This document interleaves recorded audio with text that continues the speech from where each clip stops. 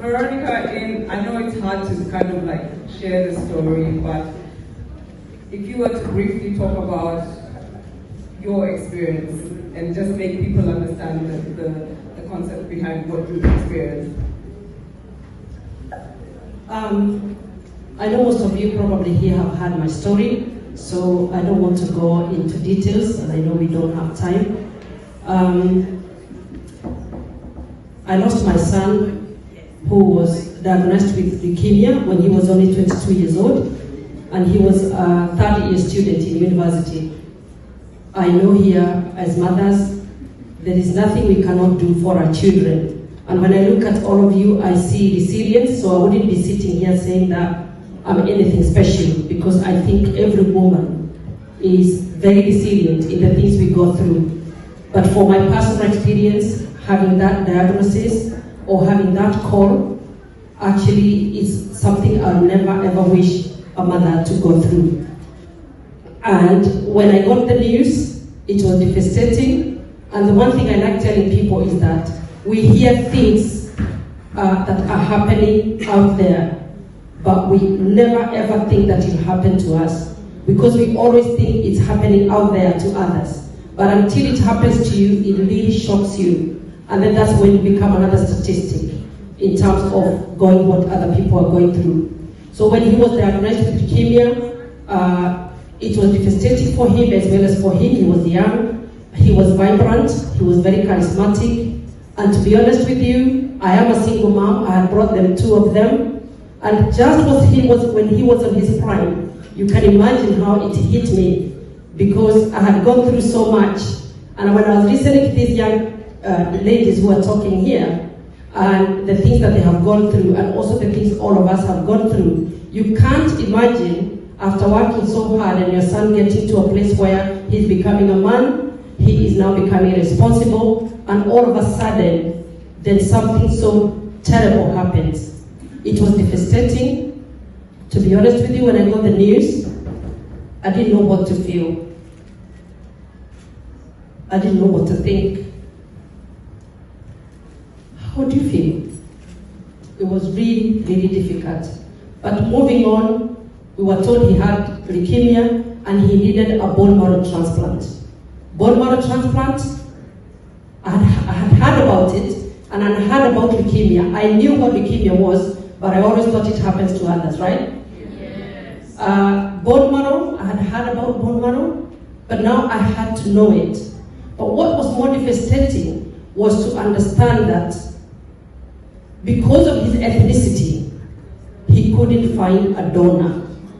Why? Because very few black people registered to become stem cell donors. And that was another blow. I remember, and for those people who have bought my book, I've written a book about my experience. I've given my story of how and what I was feeling. And for 2 years, because he went through for 2 years, let me tell you, I'm a mental health practitioner. I went through depression. I knew what it was. I knew the symptoms, but I couldn't help it, though I was a professional. And I remember going to the GP, and the GP prescribing me antidepressants.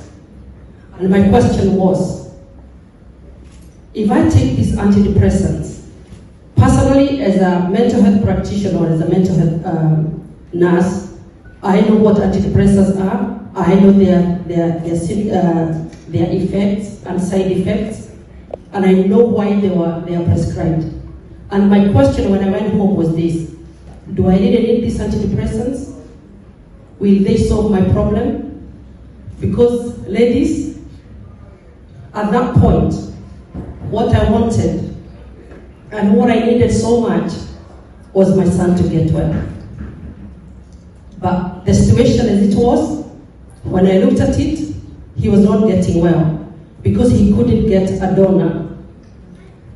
And that, again, put me down on a spiral. But because of my skills, as a mental health practitioner, I'm also a dialectical behavior therapist. I had to sit up as a woman and think, what do I do? If a client of mine came and they sat on the other table and they brought the same problem, what would I tell them? How would I encourage them? And ladies, that is what got me out of that situation. Because then I thought I had to advise them the way out or the skill I would ask them to use and to practice. And this is what I've written about my book, because I had to do something called radical acceptance. Do you know what is radical acceptance? That you have to take the reality as it is in the present moment. We go through hard stuff. Life is about difficult stuff. And somebody said it's not what happens to us, it's how we deal with it. So that was my approach, and that kind of got me going. And thank God I am here today. And what I did and what we decided was to start a charity that had to educate people or black people to register to become stem cell donors or potential stem cell donors. So I don't know whether I have time to talk about that, but I think that is just the short